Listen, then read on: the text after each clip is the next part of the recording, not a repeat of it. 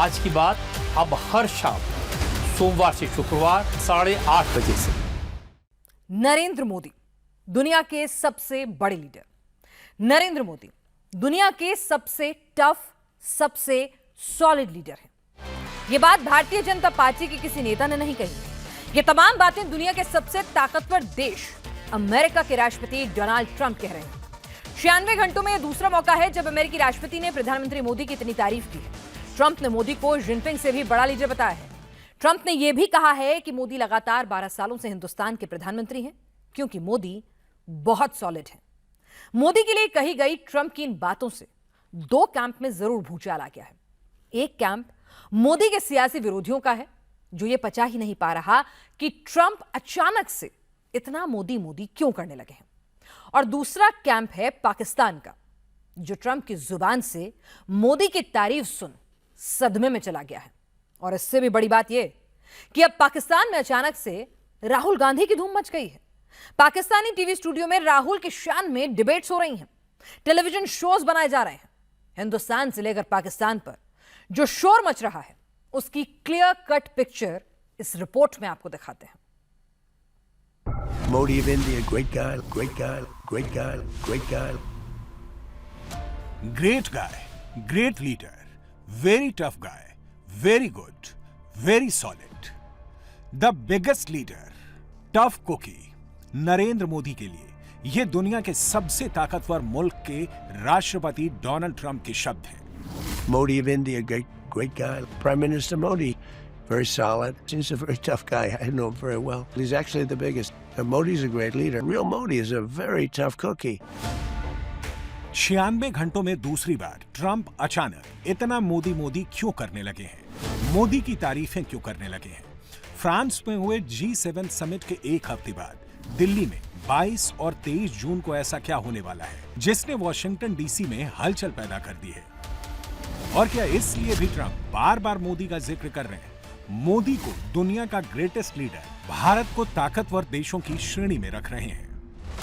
Trump से सवाल पूछा गया, उनके लिए ग्रेट लीडर की परिभाषा क्या है? तो इसके जवाब में उन्होंने मोदी का नाम लिया। मोदी के नॉनस्टॉप 12 साल का जिक्र किया।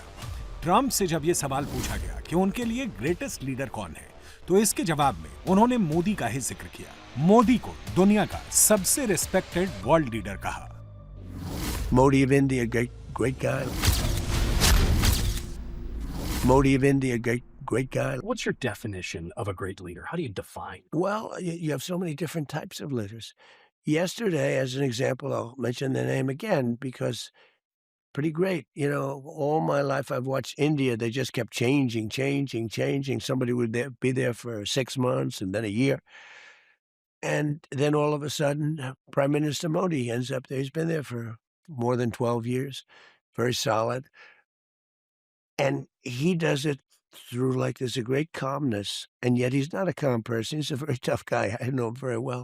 Obviously, if I ask you who are the two greatest or leaders you like the most on the world stage, I would assume one of them is Xi.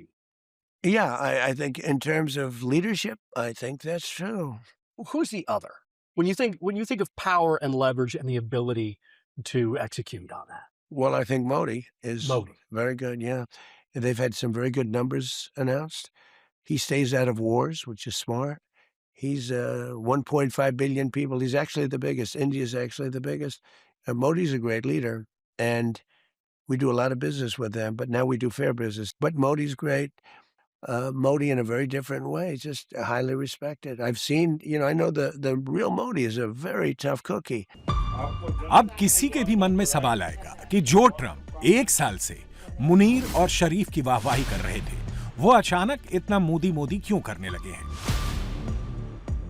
और तो और मोदी के लिए कही गई ट्रंप की तारीफ भरी बातें सुनकर पाकिस्तानी भी अपना सर पकड़कर बैठ गए हैं। पाकिस्तानियों को भी समझ में नहीं आ रहा है कि ट्रंप इन दिनों अपने favourite field marshal Asim Munir को छोड़कर अचानक मोदी को ग्रेट क्यों कहने लगे हैं, मोदी को अपना फेवरेट लीडर क्यों बताने लगे हैं। एक चीज अगर आपने नोट की हो कि अमेरिकी सदर डोनाल्ड ट्रंप नरेंद्र मोदी की तारीफ बहुत करते हैं। इस चीज की समझ नहीं आई। नमस्ते ट्रंप किया, हाउडी मोदी किया, I love prime minister Modi, I am big fan, personal style है ट्रंप का। ठीक है, वो तारीफें कर रहा है, किलर है, कहता किलर है। मोदी जो है उसका इमेज जो है वो नेशनलिस्ट लीडर का है, मोदी को टफ भी कहता है। सो इंटरेस्टिंग टाइम, मेरी अंडरस्टैंडिंग के अंदर वो ठीक है। फॉर एग्जाम्पल, मिसाल के तौर पे उसको एक सवाल किया गया, अच्छा लीडरशिप के ऊपर भी, फिर उसने वो ट्रम्प की तारीफ, उसने मोदी की तारीफ कर दी।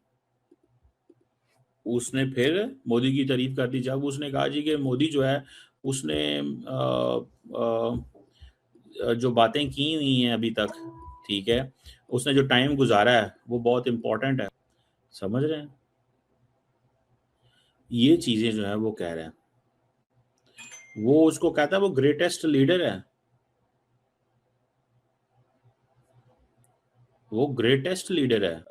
ये भी एक पॉइंट है, मैं समझता हूँ देखने का और स्टडी करने का। लेकिन for me that's a very significant development in a sense कि भाई ये why he praises all the time Narendra Modi को टफ कुकी क्यों कहते हैं ऑल दैट। ट्रंप ने मोदी की तारीफ की तो मिर्ची सिर्फ पाकिस्तानियों को ही नहीं लगी, मिर्ची किसी और को भी लगी। और जो इकोसिस्टम नरेंद्र मोदी के लिए ट्रंप की कही गई तारीफ भरी बातों को बचा नहीं पा रहा है, वो कोई और नहीं, भारत में बैठा मोदी विरोधी इकोसिस्टम है। वो भी इस वक्त ट्रंप मोदी मोदी ट्रंप ही कर रहा है। ये कांग्रेस पार्टी की ओर से शनिवार को की गई प्रेस कॉन्फ्रेंस का स्क्रीनशॉट है। पीछे की स्क्रीन पर आप साफ साफ देख सकते हैं कि कांग्रेस ने कैसे ट्रंप के बहाने नरेंद्र मोदी को टारगेट करने की कोशिश की है। राहुल गांधी की पार्टी ने एक बार फिर से नरेंद्र सरेंडर वाली पटकथा लिखनी शुरू कर दी है और शनिवार को इसके लिए कांग्रेस पार्टी ने मोदी और ट्रंप की फ्रांस में हुई मुलाकात वाली इन तस्वीरों का इस्तेमाल किया और एक बहुत बड़ा झूठ फैलाया। कांग्रेस ने यह झूठ फैलाया कि जब मोदी और ट्रंप के बीच G7 के साइडलाइन पर बात हो रही थी, तब मोदी ने ट्रंप के सामने अमेरिकी स्ट्राइक में मारे गए भारत के 3 नाविकों का जिक्र नहीं किया, समंदर में भारतीय नाविकों की सुरक्षा का मुद्दा नहीं उठाया, ट्रंप से माफी नहीं मंगवाई। डोनाल्ड ट्रंप ने खेद तक व्यक्त नहीं किया।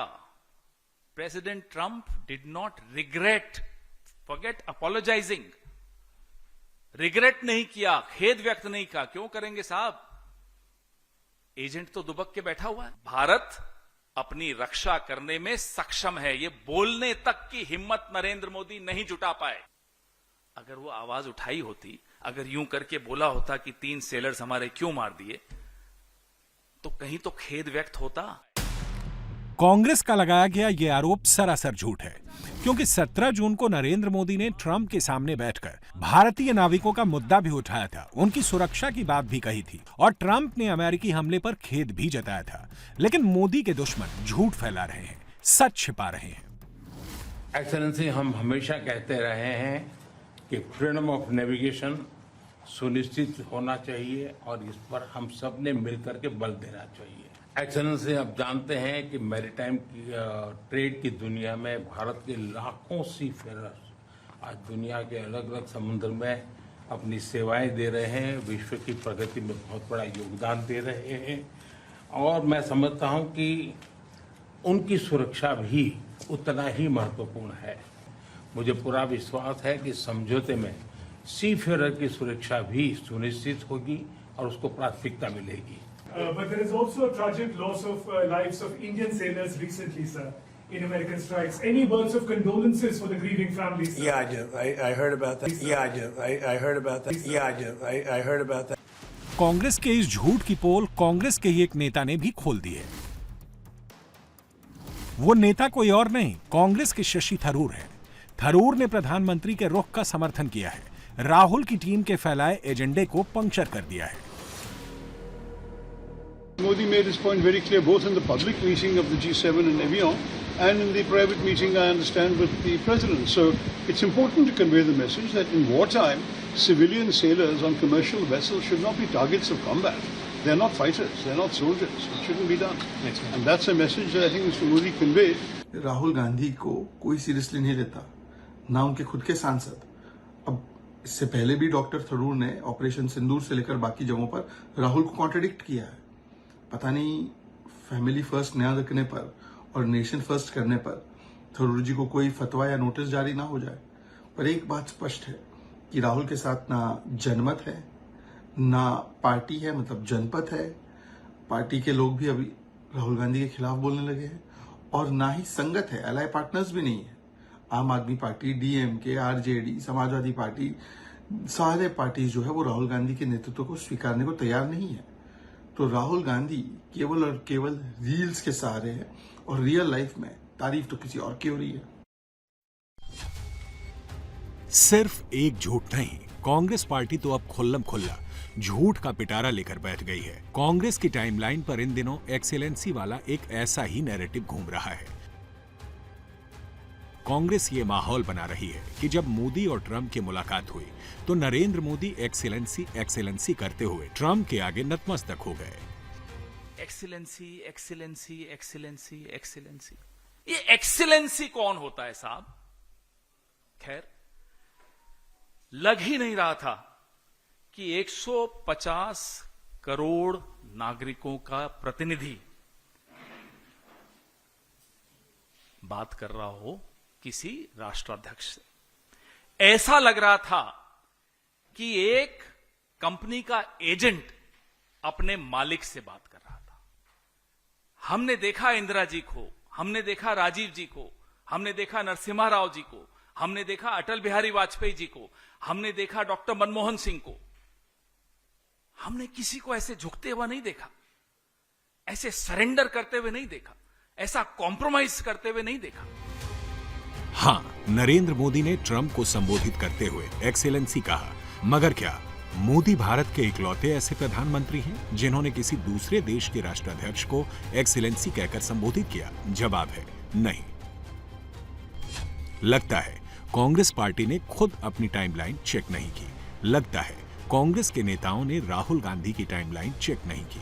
अगर वो चेक कर लेते तो ये फिजूल का मुद्दा नहीं उठाते, क्योंकि राहुल गांधी खुद दूसरे देशों के लीडर्स को एक्सीलेंसी कहकर ही संबोधित करते हैं। कांग्रेस पार्टी भी अपने ऑफिशियल टाइमलाइन पर दूसरे वर्ल्ड लीडर्स के लिए एक्सीलेंसी वाला शब्द ही प्रयोग करती है। सबूत आपके सामने है।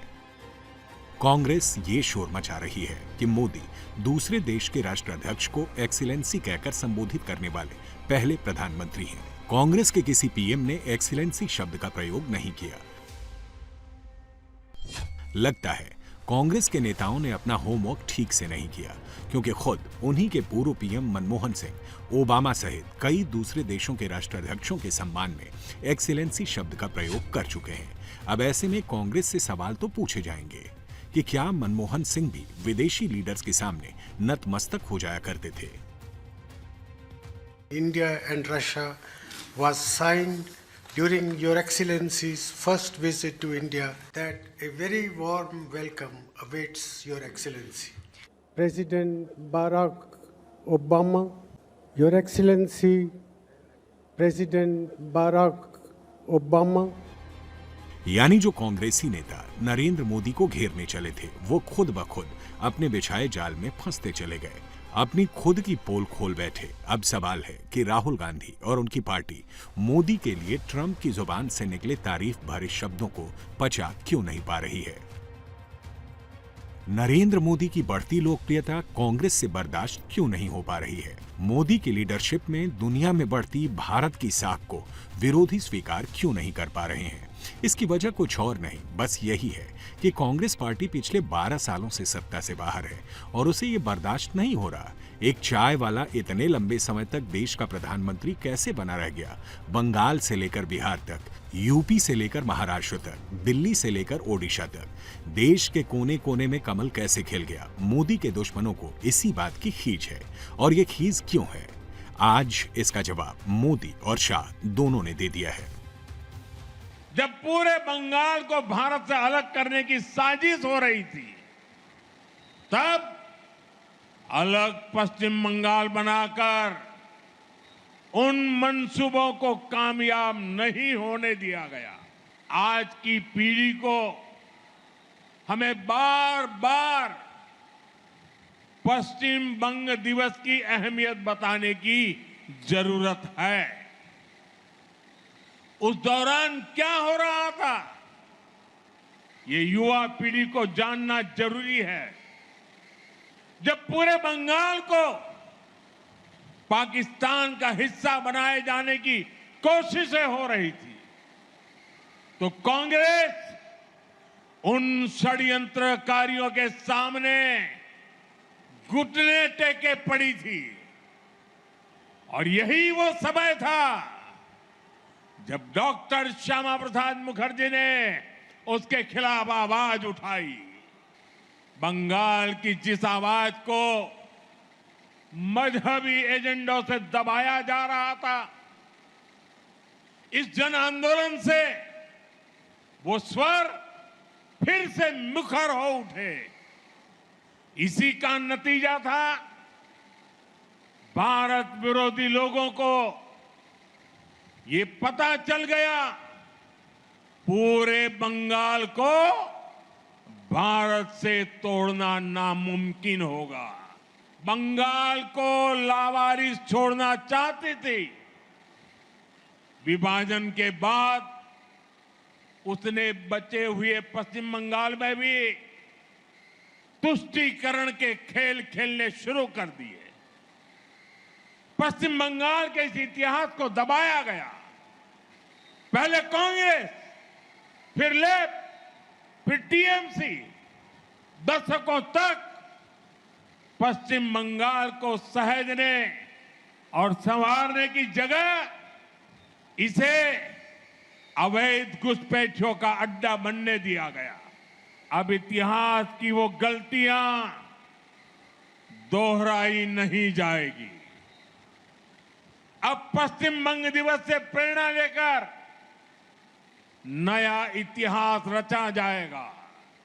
आपने बीजेपी को आशीर्वाद दिया, रिकॉर्ड सीटों के साथ हमें विजयी बनाया, और आज पूरा देश देख रहा है कैसे तुरंत ही इसका नतीजा भी बंगाल को मिलने लगा है।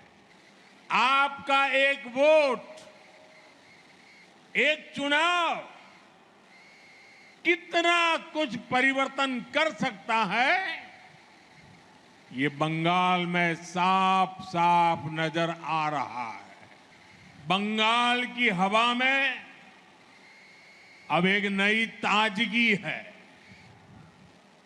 यहां के कण कण से एक नई खुशबू आ रही है। ऐसा लग रहा है जैसे बंगाल अब बेड़ियों से आजाद हो गया है। मोदी जी ने एक रिकॉर्ड बनाया है, देश में सबसे लंबे समय तक चुने हुए प्रधानमंत्री रहने का रिकॉर्ड हमारे नेता नरेंद्र मोदी जी ने दिया। और आजाद भारत का इतिहास जब भी लिखा जाएगा, ये 12 साल भारत के विकास, भारत के संस्कृति के पुनः जागरण, सुरक्षित भारत की रचना और विश्व भर में भारत के सम्मान की सिद्धियों से लिखा जाएगा। इस 12 साल के अंदर मोदी जी के नेतृत्व में सोमनाथ से लेकर गंगा सागर तक और पूरे देश में भारतीय जनता पार्टी और एनडीए का शासन फैलाने का काम हुआ है। हमें कई लोग कहते थे कि सब जगह तो पहुंच जाओगे, बंगाल का क्या होगा, मगर अंतिम चुनाव में बंगाल की जनता ने भी भाजपा को आशीर्वाद दे दिया। राहुल गांधी और उनकी पार्टी हर रोज सुबह सुबह उठकर एक नया नैरेटिव गढ़ सकती है, मोदी के खिलाफ एक नया झूठ सोशल मीडिया पर परोस सकती है, लेकिन जमीन पर मोदी से टक्कर नहीं ले सकती है। और ये बात अलग अलग सर्वे से भी साफ हो जाती है। प्यू रिसर्च के एक सर्वे के मुताबिक भारत के 79% लोग नरेंद्र मोदी को लेकर फेवरेबल व्यूज रखते हैं। 2026 के एक सर्वे के मुताबिक प्रधानमंत्री के तौर पर 55% लोग अभी भी नरेंद्र मोदी को ही सबसे बेहतर विकल्प मानते हैं। पहले बाबा तारकनाथ जी की यानी राष्ट्रीय स्तर पर मोदी को चुनौती देने वाला कोई दूसरा लीडर ही नहीं है। बीजेपी अभी भी सबसे मजबूत और सबसे पॉपुलर पार्टी है और देश को मोदी ही भाते हैं। विरोधी इसीलिए इतना छटपटाते हैं और हर रोज मोदी के खिलाफ एक नया झूठ फैलाते हैं। कांग्रेस सहित ऐसी तमाम पार्टियां तुष्टीकरण के दम पर मोदी को हराना चाहती हैं, लेकिन बीजेपी ने अब विरोधियों की वोट बैंक पॉलिटिक्स का कार्ड भी ढूंढ लिया है। मैं आज विश्वास के साथ इस कोल्हापुर की पवित्र धरती से देश की जनता को कहकर जाता हूं, बंगाल की जनता ने हमें आशीर्वाद दिया है। बंगाल की जनता का ऋण नरेंद्र मोदी जी और भारतीय जनता पार्टी पर है। मैं विश्वास दिलाकर जाता हूं, न केवल बंगाल की सीमाओं से घुसपैठ बंद हो जाएगी, देश भर से एक एक घुसपैठिए को हम चुन चुन कर देश के बाहर निकालेंगे। ये कांग्रेस वाले, ये उद्धव जी जो कांग्रेस की गोदी में बैठे हैं, वो ये सभी लोग घुसपैठियों को वोट बैंक बनाकर जीना चाहते हैं। मैं उनको कह देता हूं, कान खोलकर सुन लो, ये देश धर्मशाला नहीं है, यहां वो ही रहेगा जो ये देश में जन्मा है। मोदी की लोकप्रियता का ग्राफ सिर्फ इंटरनेशनल लेवल पर नहीं बढ़ रहा, ये ग्राफ तो मोदी विरोधी खेमे में भी बढ़ रहा है। हर कोई मोदी और मोदी की पार्टी से ही जुड़ना चाहता है, एनडीए के साथ ही आगे बढ़ना चाहता है। ममता बनर्जी की पार्टी खंड खंड हो चुकी है। शिवसेना यूबीटी भी टूट की कगार पर खड़ी है। केजरीवाल के 7 सांसद पहले ही आम आदमी पार्टी छोड़ चुके हैं। एनसीपी शरद पवार से लेकर अखिलेश यादव की समाजवादी पार्टी तक हर पार्टी में जबरदस्त उठापटक शुरू हो चुकी है। मोदी को अजेय बनाने का काम खुद विरोधी कर रहे हैं। शिवसेना के अध्यक्ष और महाराष्ट्र के उप मुख्यमंत्री श्री एकनाथ शिंदे जी, पहले शिंदे जी के पीछे शिवसेना शिंदे गुट कहना पड़ता था, अब कोई गुट बचा नहीं है, एक ही शिवसेना हो गई है। आपने देखा कि टीएमसी के 20 सांसद टूट गए, अलग अपना धड़ा बना लिए, शिवसेना के लोग बना लिए। अब नंबर आ रहा है समाजवादी पार्टी का, एक बड़ा धड़ा टूट करके वो भी अपना एक अलग दल बनाएगा। जब जाने को होता है, जितने सांसद टीएमसी को मैंने देखा, शिवसेना के देखा, या जितने भी दल बदल करने वाले लोग होते हैं, वो रोज बोलते हैं कि हम नहीं जा रहे हैं, हम नहीं जा रहे हैं। जब वो कह दें कि हम नहीं जा रहे हैं तो समझ लीजिए जा रहे हैं। जितने लोग बयान दे रहे हैं सभी लोग कहीं न कहीं घेरे में हैं, सब लोग बतिया चुके हैं। आप बताइए, समाजवादी पार्टी के सांसद राजीव राय अमित शाह से मिलने क्यों जाते हैं? क्या कारण है वहाँ? क्योंकि वो जानते हैं कि हम सांसद जरूर हैं लेकिन बचे रहेंगे तभी जब अमित शाह जी की कृपा होगी। तो वो अपना एक गोल बनाए हुए हैं लोग, इतने सांसद टूट करके आएंगे। देखिए, सपा कांग्रेस दोनों दबे हुए कारतूस हैं। 17 में सपा हारी, 22 में यूपी में सपा हारी। कांग्रेस को आप वही हाल देख रहे हैं। अब दोनों मिलकर के 2017 में 47 को सीट जीते, अब फिर दोनों दगे हुए कारतूस आ रहे हैं लड़ने। तो जनता सब जान रही है, खाली अपनी जाति, तो उनके कारनामे पूरा प्रदेश 25 करोड़ आबादी जान चुकी है। अब वो अपने इस जन्म में तो मुख्यमंत्री नहीं है बनेंगे। 47 तक तो अब कुछ होना नहीं है, 47 के बाद तब तक हालत क्या हो जाएगी। कांग्रेस पार्टी राहुल गांधी को जननायक के तौर पर प्रोजेक्ट कर रही है, लेकिन राहुल की हालत तो ये है कि देश में उन्हें समर्थन नहीं मिल रहा। हाँ, पाकिस्तानी टीवी स्टूडियो में राहुल जरूर कर रहे हैं। कांग्रेस की जीत के सपने राहुल नहीं, अब पाकिस्तानी देख रहे हैं। सिट साहब, वहाँ राहुल गांधी कांग्रेस के सरबराह वो अचानक एक मुआशी सुनामी की प्रेडिक्शन करते हुए ये कहते हैं कि सिस्टम के अंदर कुछ खराबियां मौजूद हैं, कुछ ऐसे चीज़ें हैं जो उनको लोग अप्रोच कर रहे हैं और उन्हें बताने की कोशिश कर रहे हैं कि कभी भी ये फट सकता है, तूफान आ सकता है। और उन्होंने उसमें अदलिया की बात की, इलेक्शन कमीशन की बात की और इंटेलिजेंस ऑपरेटर्स की बात की। इस तरह तरह की खतरनाक पेश कोई राहुल गांधी की जानिब से सामने आना सिर्फ आप समझते हैं कि कोई सियासी कलाबाजी है या हकीकत भी है? देखिए, हकीकत तो पुरानी है मगर अब सामने क्यों आ रही है? कोई नई बात तो नहीं ना, सबको पता चल रहा था ये 3 माह। और राहुल गांधी साहब भी इतनी अग्रेसिव बातें नहीं करते थे। कांग्रेस की तरफ से भी कुछ इस किस्म की तनकीद नहीं होती थी।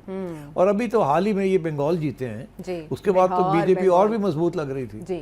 मगर अब राहुल गांधी खड़ा होके ये जो बातें कर रहा है, ये तो अंदर की बातें कर रहा है। इसका मतलब है वो उसको दिलेरी कहाँ से आ गई ऑल ऑफ अ सडन।